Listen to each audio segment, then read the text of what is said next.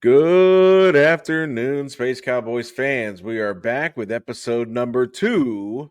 Let me get my fingers in there. 2 of Orion's Belt. I am your host, Chris, and I'm also here with our other humble host, Bryles. Bryles, man, how was your weekend? I know it's been pretty crazy, but how's it going? It was good, man. We got to jump out of town. And by the way, we were in Splash Way in Sheridan, Texas. And I saw a lot of Space Cowboy baseball fans out there, believe it or not. Nice. We were in the wave pool, and I'm looking around and I'm like, oh, Space Cowboys, Space Cowboys. I was like, okay. So anyway, some of you fans were out there this weekend. It was good to see you, and yeah, we got to celebrate my daughter's birthday, so it was fantastic. Chris, how about you, buddy? Yeah, man. I mean, it was pretty busy. Had family over last night, and then of course, trying to play catch up, and then it capped it off with last night having baseball practice. So again, here it comes. So I mean, but besides that, it was a good weekend. I can tell you what it wasn't a good week and weekend for, and that was our Space Cowboys. They had a pretty rough week at the old office. It was But disappointing. yeah, I mean, but before we get into that, let's kick it off with we've had some guys leaving, some guys coming back. So unfortunately, the Astros traded Jesus Bastidas to the Atlanta Braves.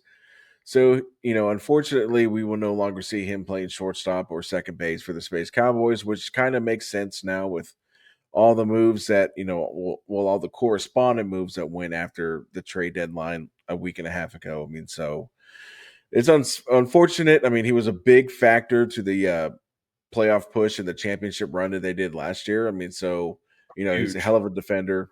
I mean, so to see him go kind of sucks.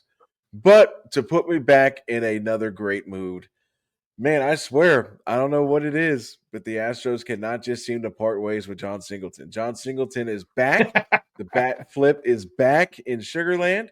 And I, for one, am pretty stoked about it. We have to reach out to him or maybe reach out to Garrett. We've got to get him on the show because I've never seen anybody signed to a contract, then get uh then they call him up and then they release him and then they end up re-signing him back to a minor league deal. So it's just like I don't know, the love is there. They just they can't quit each other. But I'm excited again, hopefully we can talk to who we got to talk to get him on the podcast here. Also, so going into this series against Sacramento, you called up at that Ethan Pecco from Double A. Ethan Pecco coming off of the award winning. He won the award of the Astros minor league pitcher of the month.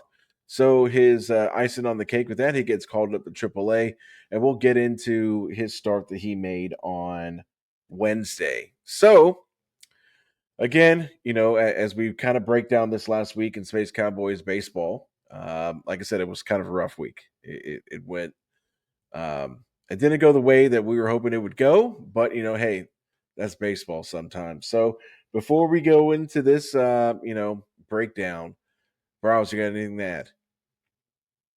Yeah, you did touch on Big John and Mr. John Singleton and Lindsay out there because we know you have a podcast too.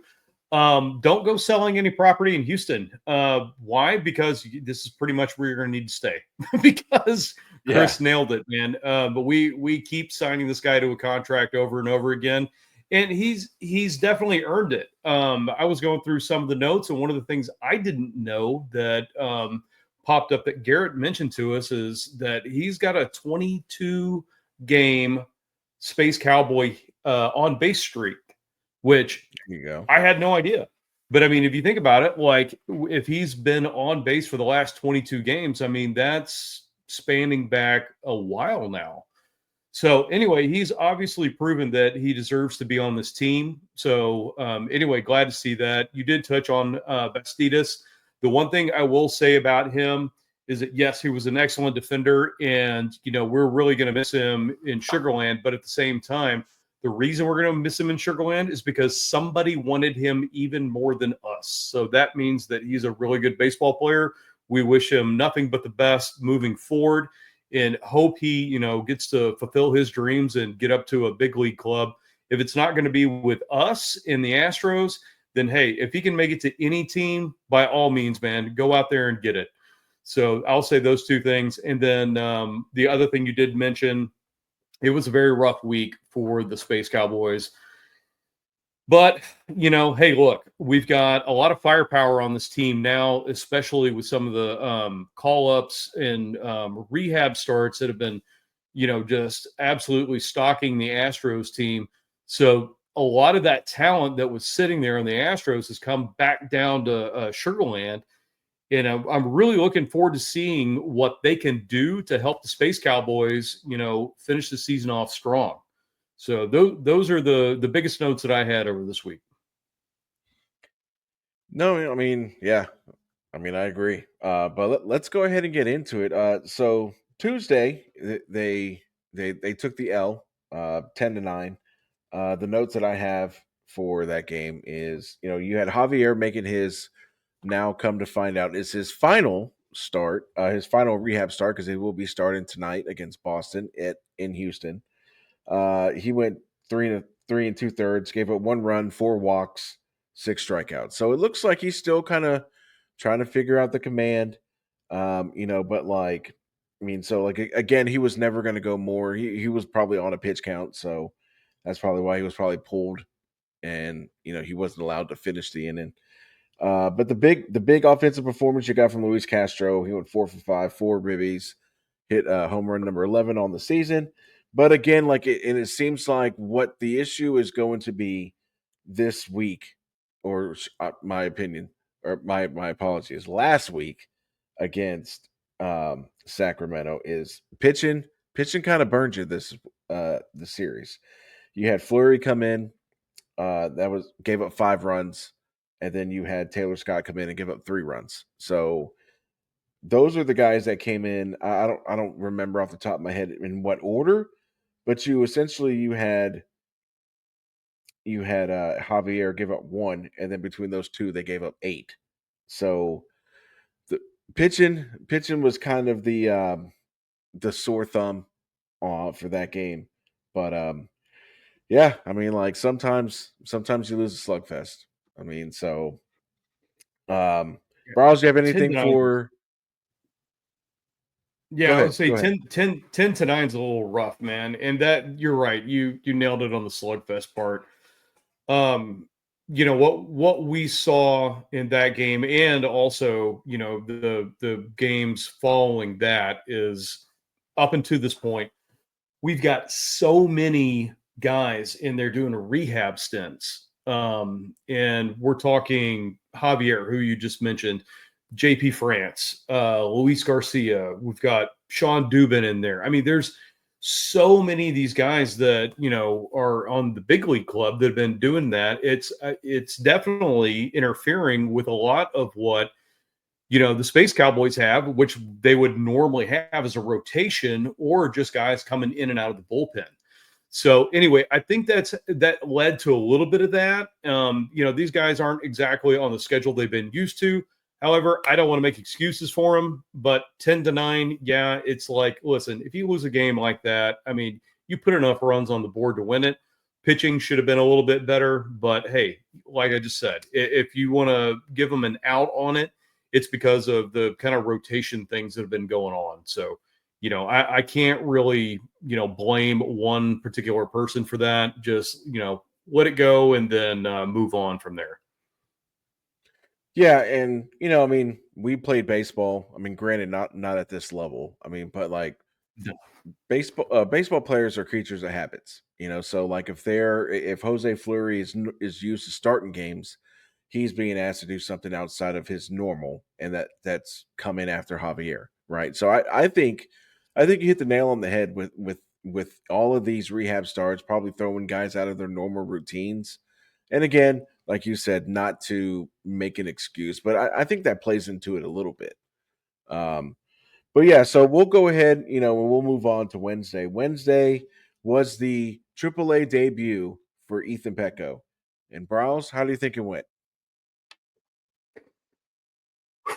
Well, I already know the final Read. score of the game.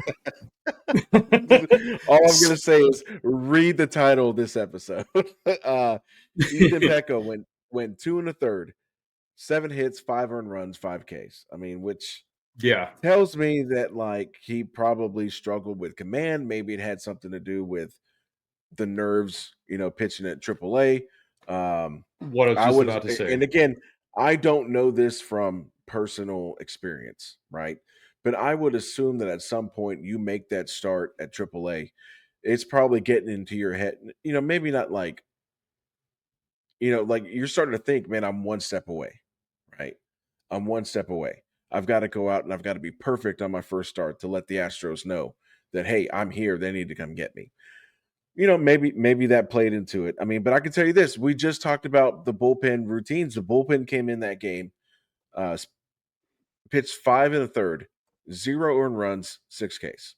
So there was no, there wasn't technically a rehab start or a starter or a an opener. I mean, because like you had Pecco only last 2 1/3, so you had to come in after him to kind of clean up and then eat the rest of the game. Um, but again, you had a home run from Jacob Melton, his third on the year, since he's been up at AAA. But you lose the game 5-2. I mean, so that offense wasn't there. I mean, and you see that a lot where you go out the night before, put up 9 runs, and then the offense sputters the next day. I mean, that's something you see all the time at basically every level of professional baseball, whether it's AAA, single A, double A, even in the majors. So again, I mean, like that doesn't blow my mind that they scored a bunch of runs on Tuesday and then only put together 2 runs on Wednesday because we see it a lot. So before we move on to Thursday, Bros, you got anything? Just one more thing on Ethan Pecco. I mean, dude's 22 years old. It's 2 years ago he couldn't buy beer. So Yeah. yeah, I'm just like kind of thinking back to like when I was 22. It's like, listen, and I was by no means not a professional baseball player or of any sport, but at the same time, it's like that's when you have that I'm going to say fake confidence where you think you can just take over the world anytime you want to. And the dude got promoted and should have had all that confidence in the world. And sometimes you just get a dose of reality. That's all it is. Yeah. So I know that he'll settle down. He'll get back into where he needs to be. But yeah, it's I think he just got a dose of reality, and that's kind of the way it went. Yeah. I mean, Ethan Pecco, Astros number 10 prospect. I agree. I think I would probably think that you probably chalk it up to nerves. You're at AAA, you're one step away. I mean, so you're just coming off being, receiving the Astros minor league pitcher of the year or pitcher of the week, or month. I'm sorry. Um, so again, I mean, like and that's baseball. That's baseball. Sometimes your first start in your next level doesn't go. And I'm sure in his mind, perfect world, he goes out there, throws 6, strikes out 12, gives up 1 hit, and he proves everybody right for the promotion. But baseball has a funny Right. way of making you eat a humble pie real quick. So, but I Yes. agree with you. I think he'll right the ship. I mean, again, his first start. I think he'll be fine. Moving on to Thursday. Now, Thursday, we were just hanging up L's like we're collecting them. So this game kind of goes to what you talked about earlier. Thursday was Luis Garcia's rehab start, and I can tell you this: we watched his rehab start prior to that, and his line for Thursday was a lot better. So his rehab start his was 4 innings pitched, 3 hits, 7 Ks, 0 earned runs. Fantastic. But again, outside of 3 runs here and there, the offense kind of is kind of sputtered now 2 games in a row. 1 for 8 with runners in scoring position, and you know me, I'm a runners in scoring position stat nerd. So that tells me you had opportunities to win. Sometimes in offense just kind of went through a little bit of a funk. Um, Again, that's baseball. I mean, we see it with the big league club. Just the series they just had with the Yankees. You had opportunities to probably sweep that series, but you still got to hit with runners in scoring position. So, Bros, what did you think about Thursday's game?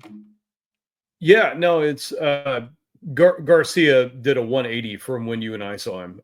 We caught him in his first rehab stint with the Space Cowboys, and he definitely. I think the biggest thing that I turned and talked to Chris about, I was like, dude, he's going to need at least one more Yeah, rehab stint or one more game at least coming forward because he didn't look right. The first inning he looked pretty good, and then after that he was starting to just getting shelled, or he was starting to get shelled. Excuse me.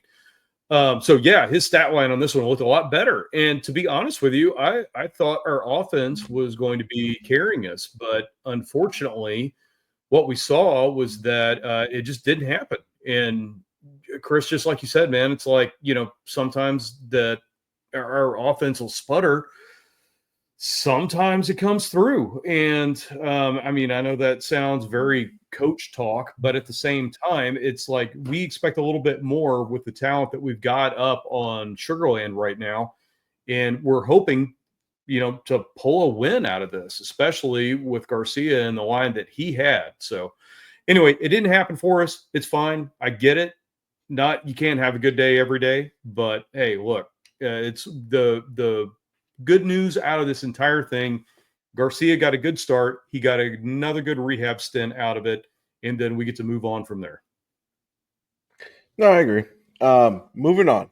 So now we have Friday's game. Friday's game was another game that you fell short. You lost 6-4, and I'm really glad you brought this up at the beginning of the show because this is now your third out of your last 4 games you've had an Astro making a rehab start. So this was JP Francis' rehab start. You lose this game 6-4, and I had to pull this stat up and I had to quadruple check it because I thought this was a misprint. The offense was 1 for 19 with runners in scoring position. That is no bueno. I mean, no matter what level you're playing at, it's tough to win ball games unless your pitching is just immaculate. But France, like I just said, he had his rehab start 3.2 innings, 2 earned runs, 3 walks, 3 Ks. A very I wouldn't say it was a very it was decent, decent rehab start. It was a warm up. You came, yeah, Uola came in after him, pitched 4 innings, gave up 3 runs. You did get a home run from Logan Davidson though, so I mean, again, the offense is sputtering. 3 games now. I mean, pitching wise, I mean the pitching's been. I mean, you give up 6 runs. I mean, but like you've scored now 9 runs in the last 3 games, and you've given up what 16. So I mean, like it's the pitching. Is it more? Is it more so of like what you said earlier? And I don't want to keep bringing it up. I mean, but like I'm noticed, like you look at the first 4 games, and you're like, holy moly, man! 3 out of those 4 starts, like we just talked about, were Astros rehab starts. So, I mean, you start seeing the pitches slowly turn around for Friday and Saturday, but then like you have your regular, starters going for Sugarland. So again, another tough day at the office offensively, and and I wonder if you're Sugarland, if you're sitting here waiting on all these guys to finish their rehab starts, because I would You're assume, kind of hoping they do. yeah, because I'm assuming you kind of want to get back into your swing of things, and I'm not saying that it throws them out, but and again, I don't want to keep talking about the same thing, but it's tough. I mean, it's tough when you're sitting here like you can't get into your routine, your team routine when it's like, okay, we've got to fit so and so here for 3 innings because he's making a rehab start, so we could send him up to the big club. Um, but yeah, I mean, like so, 3 out of your 4 games, you have essentially. I mean, you could even throw Ethan Pecco in there too because he only went 2 1/3. So all 4 of your games, you're having either a rehab start or you had Ethan Pecco not go more than 3 innings, or really not get out of the third inning. So I mean, and that's very taxing on your bullpen as well, obviously. So, um, I mean, we can go ahead and move on to Saturday. But Saturday, Sunday, you got really good pitching. So you got pitching from Saturday, or you lose the game 4-3. You had Tyler Ivey go out, 6 innings, 3 earned runs, 6 Ks. He had a Quality great game. start. Quality Yeah. start. I mean, so that's what you want out of your pitcher is the quality start. Corona had a good game. He was 2 for 3 and with 2 RBIs. You still just can't get enough to get it done offensively. And you know, and again, I'm not going to beat up the offense. I mean, it is what it is, man. Sometimes you need time to gel. I mean, Matthews, Singleton's back. You got Logan Davidson that just came over. I mean, you kind of need time for them to gel. I mean, we've talked about that with the big club too, with the 3 guys they brought over. You need time for those guys to gel. I mean, so I mean, like the big thing is that Bryce Eldridge. I mean, Bryce Eldridge, they're one of the top prospects on the Giants. He hurt you. He hurt you on Saturday with a 3-run Yeah. bomb. So, I mean, but you kind of expect him, players like that to do that. I mean, he's a very highly rated prospect.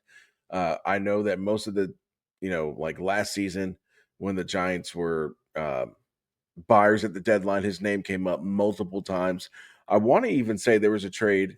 I don't know if it was last offseason where the Astros were talking with the Giants, but the Astros, oh yeah, it was the Tucker trade. The Giants were talking about Tucker, and the Astros wanted Bryce Eldridge, and that basically just that one kid.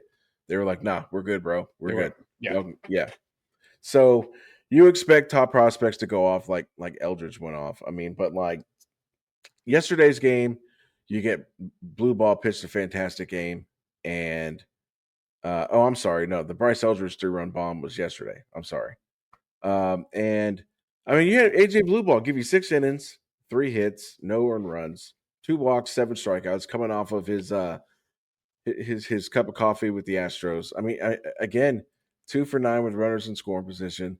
The offense is sputtering. I mean, but and I'll give you a chance to chime in. I know I'm kind of getting long winded over here, but I mean, you're starting to see the turnover with the starting pitching. And I think it's because you've got your normal Sugarland guys pitching. But I mean, like sometimes both offensively and pitching, you're on the same page. Sometimes your offense bails out your pitching. Sometimes your pitching bails your offense. Sometimes the pitching's there, but the offense isn't there, and you lose the game 4-3. So before we move on, we will, the Space Cowboys end up getting swept all 6 games in the series to the Sacramento RiverCats, and that sucks. So, Browse, before we move on, what are your last thoughts? Yeah, I mean, I think you pretty much nailed it. The biggest takeaway that I had, and you talked about it, I mentioned it at the beginning, is that there's just disruption in the whole pitching staff. So you don't expect a guy like Yule to go in there and pitch in the 3rd inning or 4th inning, excuse me, and then all of a sudden get blown up like that. If he would have been in his regular like rotation set, like ready to go, he's going like his normal routine and all that kind of stuff, I guarantee that would have been a little bit different. And I feel like that's kind of the way that those guys are. However, you're in the minor leagues.